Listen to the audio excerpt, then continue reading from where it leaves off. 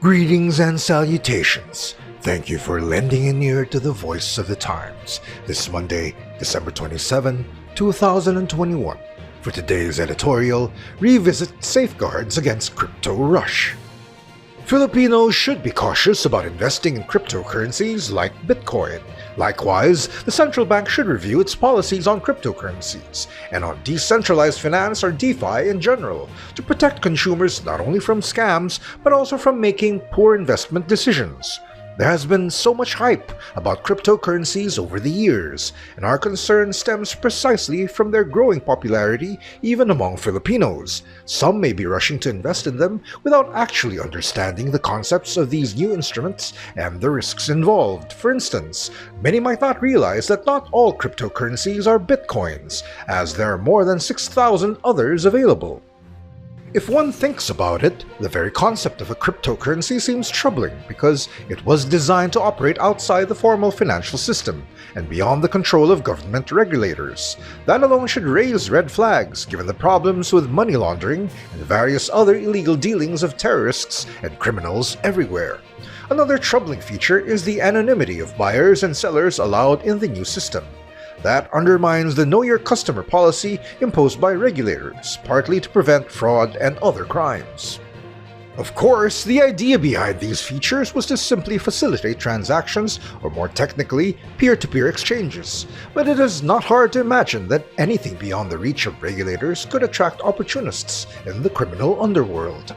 More in government, not just those in law enforcement, should be concerned about the integrity and stability of the Philippine financial system and the risks posed by cryptocurrencies and DeFi.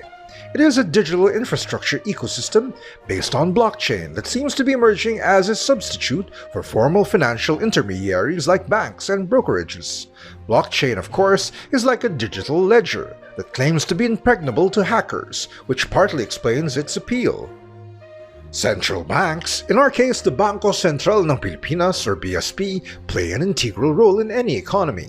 They are responsible not only for economic growth and development, but also for balancing inflation and unemployment. Of course, many recognize central banks as regulators of the banking system and lenders of last resort, among other things. As such, policymakers and others in authority should be protective of BSP and its ability to function effectively.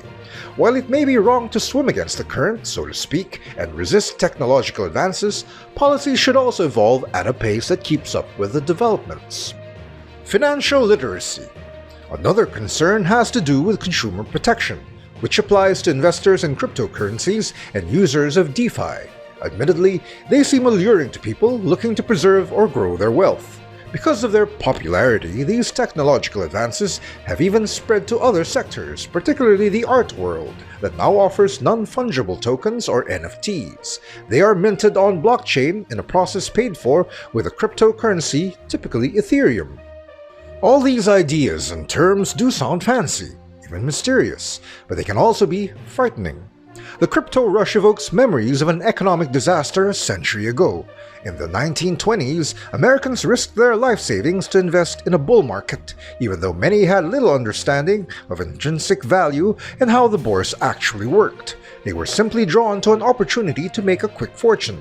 Of course, the US stock market crashed later that decade, and the impact was global. Something similar could happen today. People are rushing to cryptocurrencies even though they have no intrinsic value and only superficial understanding of them.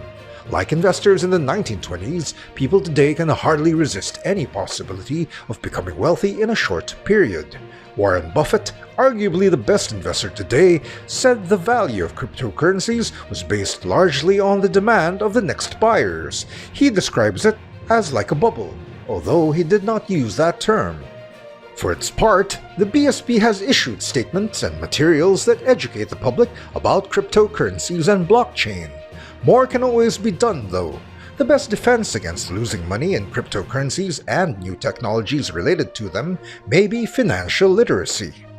And that's editorial for Monday, December 27, 2021. For more news and information, get a copy of the Manila Times on print, subscribe to our digital edition, or log on to www.manilatimes.net. Follow us on Twitter, Facebook, and Instagram, and listen to The Voice of the Times.